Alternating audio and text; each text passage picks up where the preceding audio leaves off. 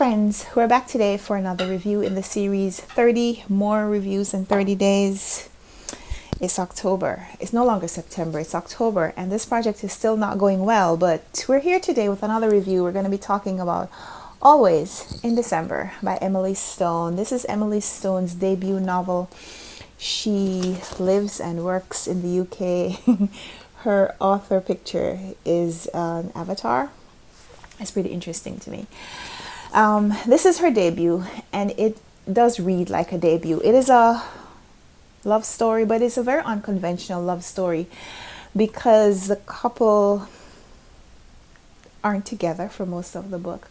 So the premise of this book, Always in December, we're meeting Josie, and she's a young woman living in London. When she was a child, her parents died around Christmas in some kind of an accident. And although her grandparents raised her and she's had a pretty full and fulfilling life, she still mourns the loss of her parents around Christmas every year, and so it's hard for her to celebrate the holidays. So when we open this book, it is the Christmas period, and Josie has added even more tragedy to her holidays because her boyfriend has recently she and her boyfriend recently ended their relationship for one reason or another.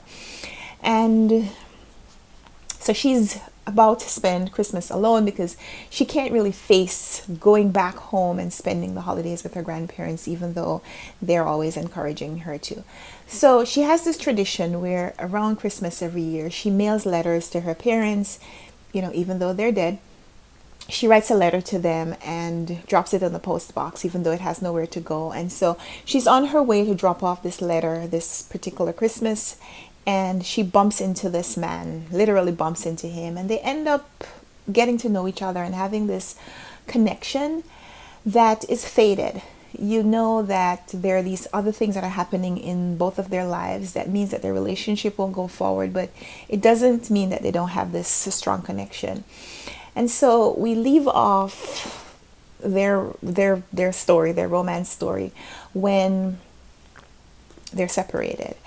And we pick it up a few months later, and it's interesting how the author takes this change in setting and also gives us a change in perspective, where we're no longer following the story from Josie's perspective. Now we're following it from the man, Max's perspective. We start off in England, in London, and then we move to New York, and then we move to other parts of the world. And I like that.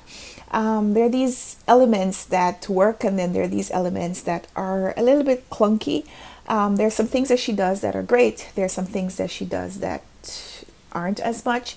Some of the things that I really like, I like that we move around in setting. So we get kind of a romantic pursuit. Both of the characters have other relationships, platonic or otherwise, that kind of muddles the relationship that is building between them. That's interesting. I like the letter writing. That's fun, even when sometimes the letters aren't so great. Some of the things that don't necessarily work for me, there are a lot of physical descriptions. Some of them are a little offensive, like there are a few people in here who are, they're characters who just kind of appear. They don't really have anything to do with the story. But the descriptions of their physical appearance is sometimes a little jarring. I don't necessarily like that. But overall, I like this story. Like I said, this is a debut novel, and so there are places that are awkward. But I think just in general, you can tell when an author loves her characters and invests a lot of herself into these characters, into the projection of fantasy onto reality, and the overlaying of elements that are at once fun but also serious, playful but also very somber. And so there are things that work, and there are things that she tries that maybe landed a little flat. I don't want you to think that this is, a fantastic read.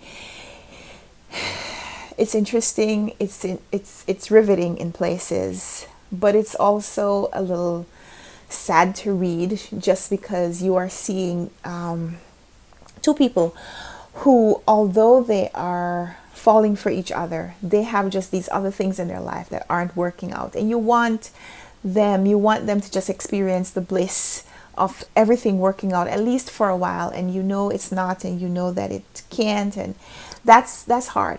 But overall, I like I like the book. I like the inclusion of technology. There are these little quirky things that the main character Josie and her grandmother do. There's a lot of use of technology because that's what we do now, right? And every time Josie and her grandmother has a conversation, they quote lines from movies to each other, and it's fun.